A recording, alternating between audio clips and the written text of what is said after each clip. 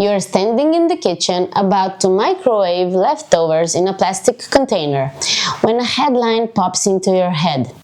Endocrine disruptors found in everyday plastics. You pause, is this actually a problem or just another thing on the internet designed to make parents feel like they're doing it wrong? Let's talk about what's actually true. Endocrine disruptors is one of those phrases that gets thrown around constantly on wellness accounts, in product marketing, in worried group chats, but they are rarely explained clearly. Some information out there is genuinely science-based, a lot of it is exaggerated, and most parents are left somewhere in the middle, unsure whether to overhaul their entire kitchen or just ignore the whole topic. So let's separate what's real from what's noise with actual research. Your endocrine system is like your body's internal messaging service. Glands release hormones, chemical messages that travel through the bloodstream and tell organs and tissues what to do, when to grow, how to regulate mood, how to manage metabolism, and many more. Endocrine disrupting chemicals, or EDCs, are natural or man-made substances that may mimic or interfere with those hormone messages. Think of it like static on a phone line. The message gets sent, but it doesn't arrive clearly, or a false message gets through instead. The most recent researched EDCs found in everyday homes include a few familiar names. Bisphenol A or BPA, used in some plastics like water bottles and food storage containers, where it can leach into your food and drink. Phthalates, chemicals that make plastics flexible and help fragrances last longer, commonly found in synthetic scents and some flooring. Parabens, found primarily in personal care products like shampoos, lotions, and other cosmetics. PFAS, sometimes called forever chemicals, are primarily used to make things water-resistant, stain-resistant, or non-stick. You can find them in everyday clothes, many items labeled stain-resistant, wrinkle-free, or easy care use those forever chemicals. A recent study found notable concentrations in 100% cotton school uniforms. Another source is outerwear, waterproof raincoats, snowsuits, and heavy-duty winter jackets. They often rely on forever chemicals for water repellency. Another is household dust. PFAS, they don't break down, they bind to household dust.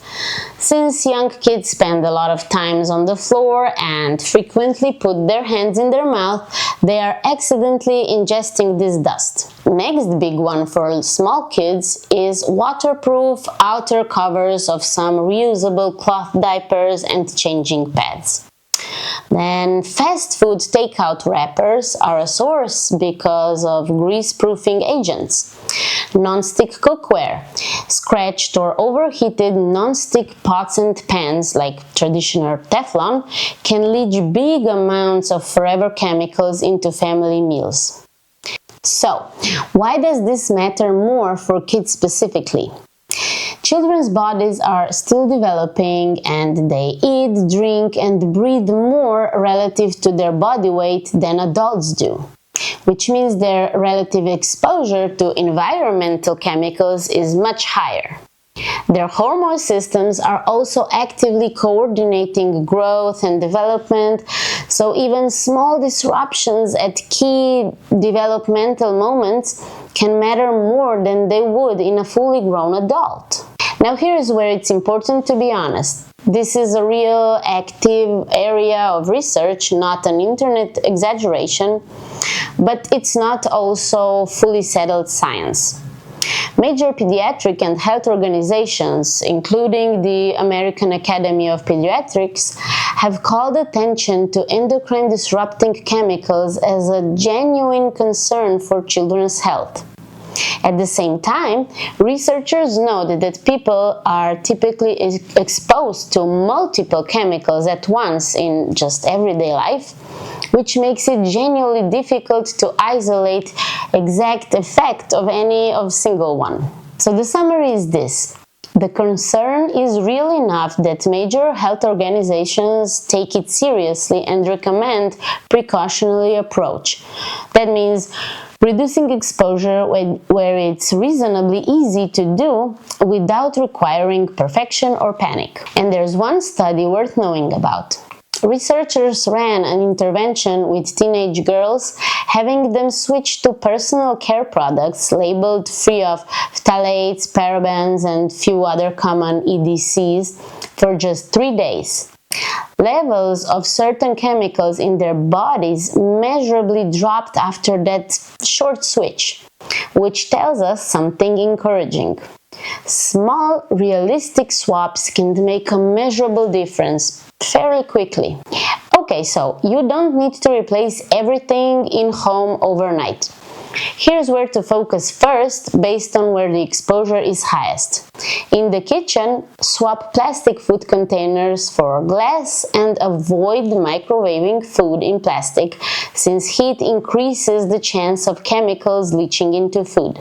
With canned foods, you don't need to eliminate them, but limiting how often canned foods are the main source of meals can reduce BPA exposure, since can linings are a common source. With personal care products, look for fragrance-free rather than unscented, since fragrance on a label can be a stand-in for a mix of undisclosed chemicals, including some phthalates. With household dust, forever chemicals, PFAS, can attach to household dust, so regular vacuuming and simple habits like removing shoes at the door can help reduce buildup over time. With cookware, switching to stainless steel or cast iron is just a straightforward upgrade. Pick one or two of these to start. This isn't a checklist you need to complete perfectly by tomorrow.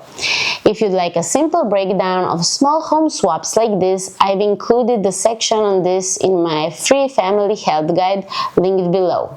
You don't need to create a chemical-free home. That's not realistic and it's not the goal. What actually helps is knowing which swaps matter most and making them at a pace that works for your family. You are already asking the right questions, and that puts you ahead. If this was helpful, please subscribe for more clear, science-based videos on kids' health and family well-being. I'll see you in the next one.